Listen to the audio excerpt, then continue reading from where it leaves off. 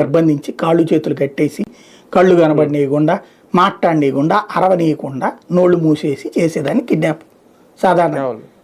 కానీ ఇక్కడ ఏం జరిగింది, ఆ వ్యక్తి దర్జాగా కోర్టు దగ్గరకు వచ్చాడు, 164 స్టేట్మెంట్ మ్యాజిస్ట్రేట్కి ఇచ్చాడు.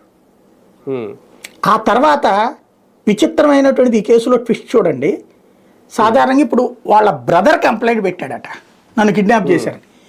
ఎవరైతే కోర్టు వాంగ్మూలం ఇచ్చాడో అతనేమో నేను పూర్తి స్పృహతో ఇచ్చాను అని చెప్తే, వాళ్ళ బ్రదర్ వచ్చి సత్యవర్ధన్ వాళ్ళ బ్రదరు లేదు మా బ్రదర్ కిడ్నాప్ చేసి కేసు పెట్టాడని కంప్లైంట్ పెట్టాడట, కిడ్నాప్ చేసి స్టేట్మెంట్ ఇప్పించారని. అది ఓకే.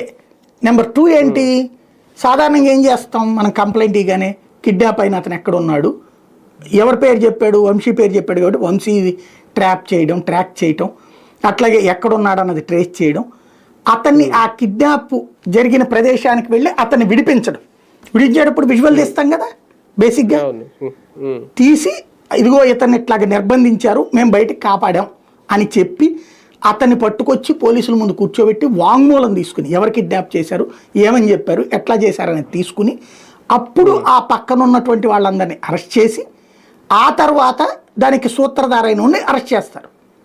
ఇది ప్రొసీజర్. కానీ ఇక్కడ ఏం జరిగింది, ఆ